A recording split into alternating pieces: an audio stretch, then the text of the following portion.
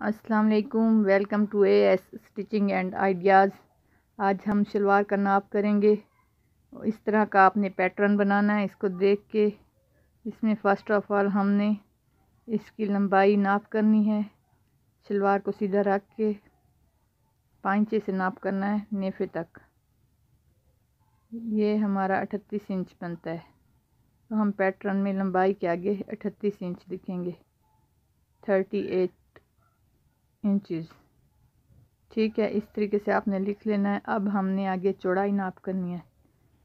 चौड़ाई नाप करने के लिए हमने ये आसन के बिल्कुल कॉर्नर से लेना है नाप। ये इधर से पूरा सीधा सीधा ये 20 इंचज़ बनता है। ये देखें, ये 20 इंचज़ हमने चौड़ाई वाली जगह पे लिख देना है।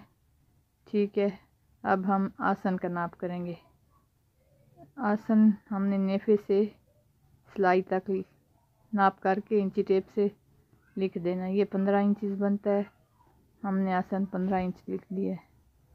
अब हम पांचा नाप करेंगे। पांचा हमारा 7 इंच है, तो हम पांचे का 7 इंच लिखेंगे।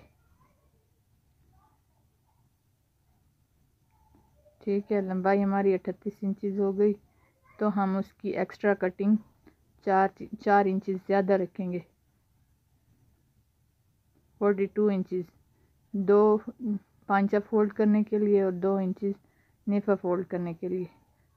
ठीक है, अब हमने चौड़ाई इसकी 20 इंचज़ है, तो हम 22 इंचज़ रखेंगे। और आसन 15 इंचज़ है, तो इसका भी हम 2 इंच एक्स्ट्रा रखेंगे, क्योंकि वो हमारा ऊपर से नेफा भी फोल्ड होना है।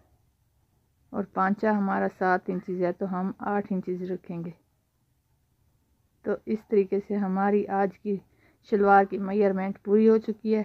आप भी अपनी शलवार उठाएं और इस तरह का पैटर्न बनाएं और ट्राई करें। अल्लाह हाफिज़।